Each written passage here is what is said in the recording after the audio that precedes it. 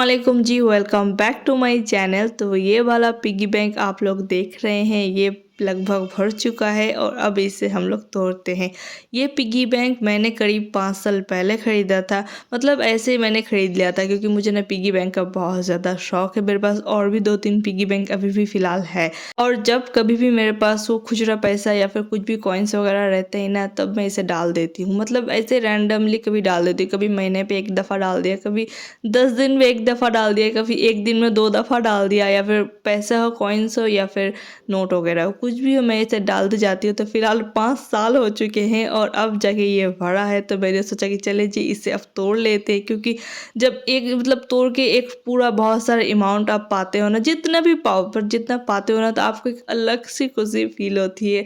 और जब उन पैसों से आप कुछ खरीद लेते हो ना, जो आपने बहुत दिनों से सोच के रखा है या फिर आप देख के रखा है, ऐसे नहीं कि इंसान बहुत बड़ा कुछ खरीद लेता है, पर जितना भी हो, छोटा मोटा कोई भी चीज़ या फिर कोई भी सामान अगर आप उन पैसों से खरीद लेते हो ना, जो आपको बहुत ज़्यादा पसंद हो, बहुत ज़्यादा अच्छा लगता है, बहुत मतलब अलग सी एक हैप्पीनेस रहती है। और ये वाला बैंक में ना, पिगी बैंक में मैंने ज़्यादातर नोट्स वगैरह भी डाले थे और ज़्यादातर मैंने वो कॉइन्स वगैरह डाले थे, और सारे ही 10 रुपीज़ या फिर 20 रुपीज़ के कॉइन थे, और एक आध दो पाँच जो 5 रुपये, 1 रुपये, 2 रुपये के कॉइन्स थे, वो सारे युवान ने ही डाले थे।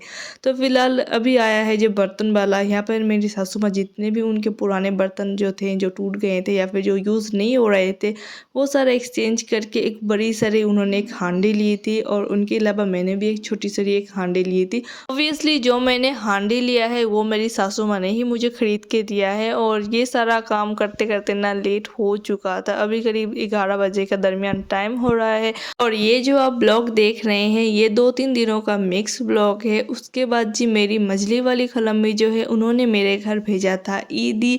मतलब मुझे पता ही नहीं था कि वो मेरे घर ईदी भेज रही हैं। उन्होंने कुछ देर पहले मुझे फ़ोन करके भेजा, कि मैं बोला कि मैंने ड्राइवर के हाथ तुम्हारे घर ईदी भेजा है, वो सारा रिसीव कर लेना।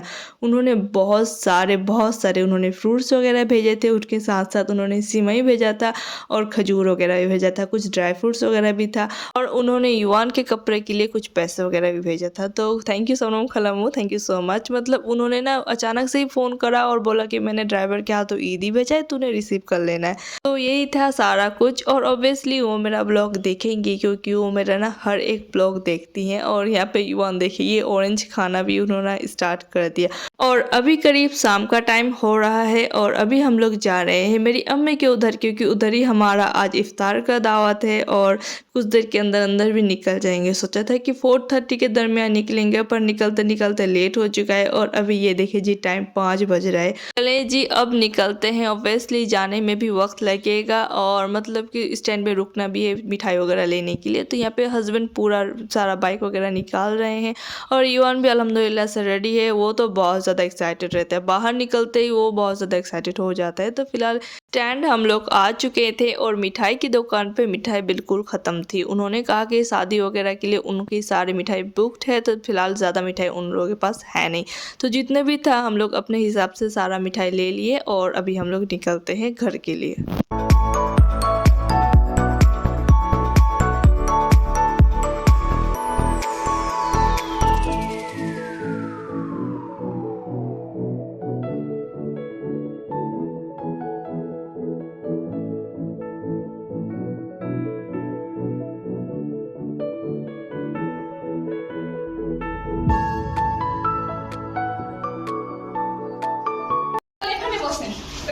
হ্যাঁ ভালোই তাহলে চলছে সেটা আমার কই हाँ मैं देखा अभी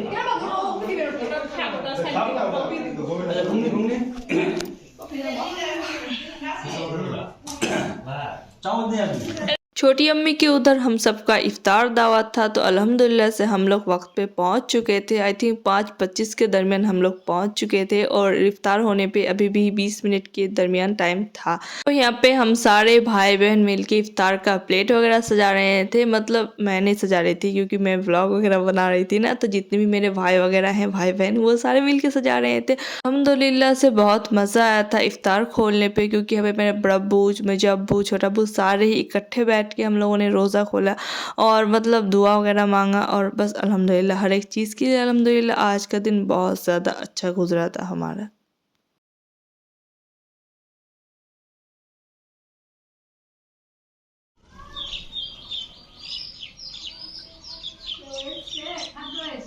क्या हुआ सनी?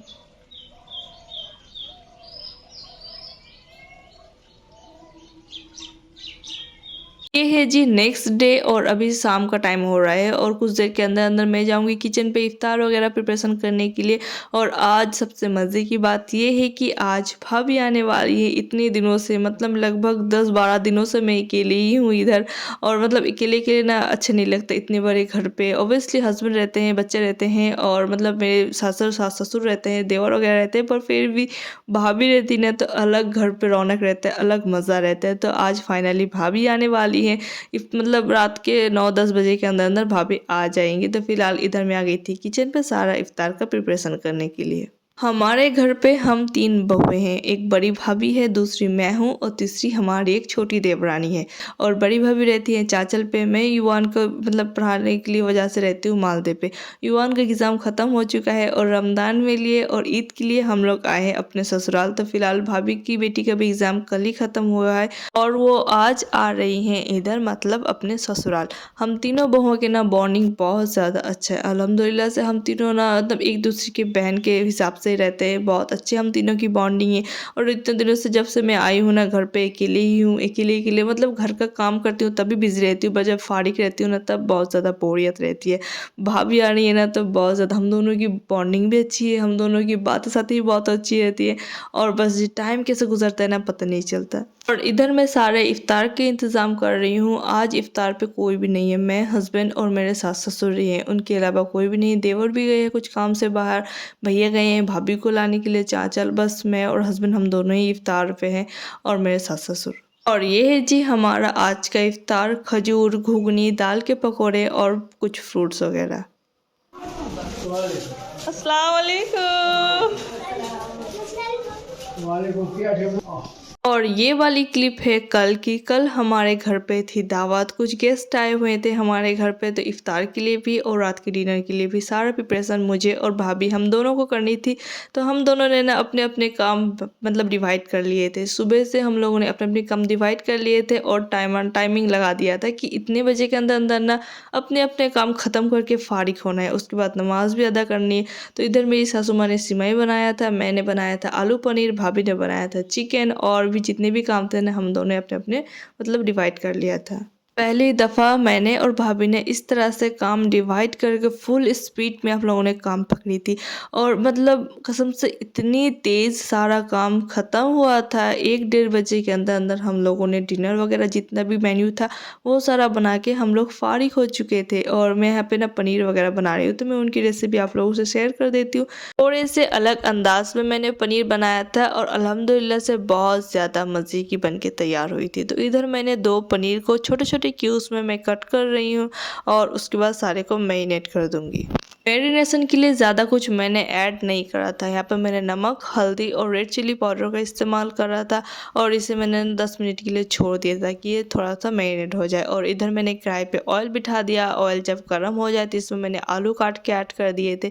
आलू को भी मैं फ्राई कर लूँगी क्योंकि फ्राई की हुई आलू ना बहुत ज़्यादा मज़े की बनती है आलू पनीर पे। उसके साथ साथ यहाँ पे मैंने 2 स्मॉल साइज़ के टमाटर लिए हैं, 6 से 7 कैशू लिए हैं।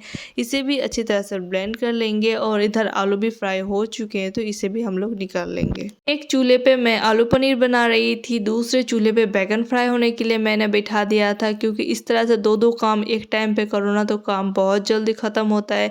और इधर आलू भी फ्राई हो चुके थे तो सारे आलू को मैं एक एक करके निकाल लूँगी। और पनीर को जो हम लोगों ने मैरिनेट करके रखा था वो सारा को भी अब हम फ्राई कर लेंगे। एक साथ इतना सारा पनीर इकट्ठे फ्राई नहीं होगा तो हम लोग 2 बैच में करेंगे।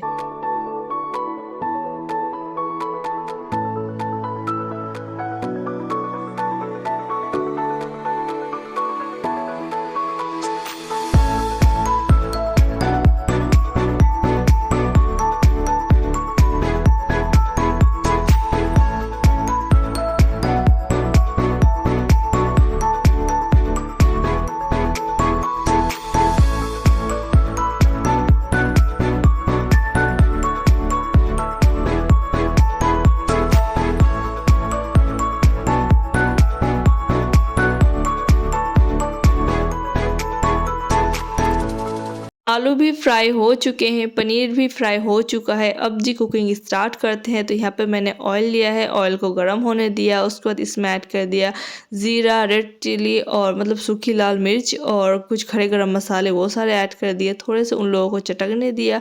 उसके बाद यहाँ पे मैंने प्याज का पेस्ट बना के रखा था वो ऐड करा, अदरक लहसुन का पेस्ट बना के रखा था वो सारा भी मैंने ऐड कर दिया। यहाँ पे मैं सारा कुछ अंदाजे से बना रही हूँ, क्योंकि कुकिंग करते करते ना एक टाइम पे आपको अंदाज़ा हो जाता है। आप आंखों से ही सारा कुछ मेजरमेंट कर लेते हो कि कितना जाएगा मसाला और कितना नहीं। और यहाँ पे जी मेरा बैगन फ्राई भी बन चुका था। तो एक एक करके सारे को प्लेट में निकाल लेते हैं।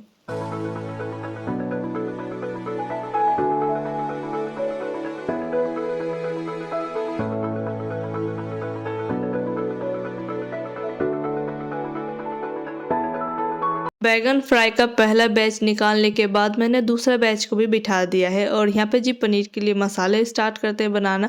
तो यहाँ पे मैंने लिया है नमक, रेड चिली पाउडर, ये कश्मीरी रेड चिली पाउडर है। उसके बाद जाएगा इसमें धनिया जीरे का पाउडर और जाएगा हल्दी और जाएगा रेड चिली पाउडर, ये तीखी वाली रेड चिली पाउडर है। मैंने 2 रेड चिली पाउडर इस्तेमाल करा है, कश्मीरी और एक तीखी वाली। इन सारी चीज़ों को अच्छी तरह से मिक्स करेंगे। सारे को मैंने पानी में ही घोल लिया था। उसके बाद यहाँ पे जब मसाले भुन चुके थे तो वो सारा जो मैंने ड्राई मसाले का पेस्ट बना के रखा था वो सारा इसमें ऐड कर देंगे। सारे मसाले को अच्छी तरह से भूनेंगे ताकि ऑयल सेपरेट हो जाए और मसाले अच्छी तरह से भून जाए। और इसके बाद जो कैशू का और टमाटो का हम लोगों ने पेस्ट बना के रखा था वो सारा पेस्ट भी इसी स्टेज पे हम लोग ऐड कर देंगे और फिर से दोबारा से ही सारे मसाले को भूनेंगे।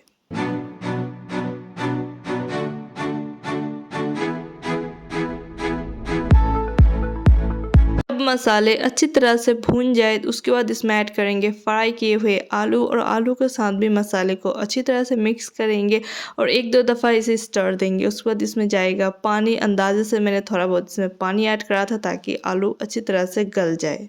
उसके बाद जी इसे 1 से 2 स्टर देंगे और इसे ढक के छोड़ देंगे 10 से 15 मिनट के लिए ताकि आलू अच्छी तरह से गल जाए।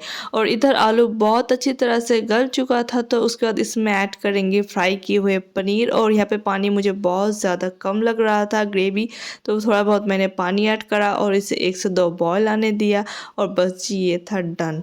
बहुत मज़े की पनीर आलू की सब्ज़ी बनके तैयार हुई थी। बस ऊपर से थोड़ा बहुत गरम मसाला, कसूरी मेथी और थोड़ा सा मैंने शुगर ऐड करा था। और बस जी नमक मिर्च अपने हिसाब से आप लोगों ने टेस्ट कर लेना है और बहुत मज़े की बनके तैयार हो जाती है आलू पनीर की सब्ज़ी।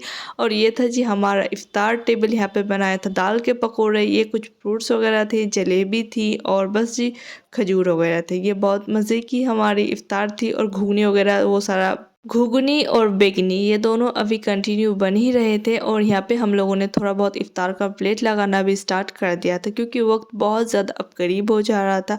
तो बस ये मैंने और भाभी ने, हम दोनों ने अपना अपना काम स्टार्ट कर दिया।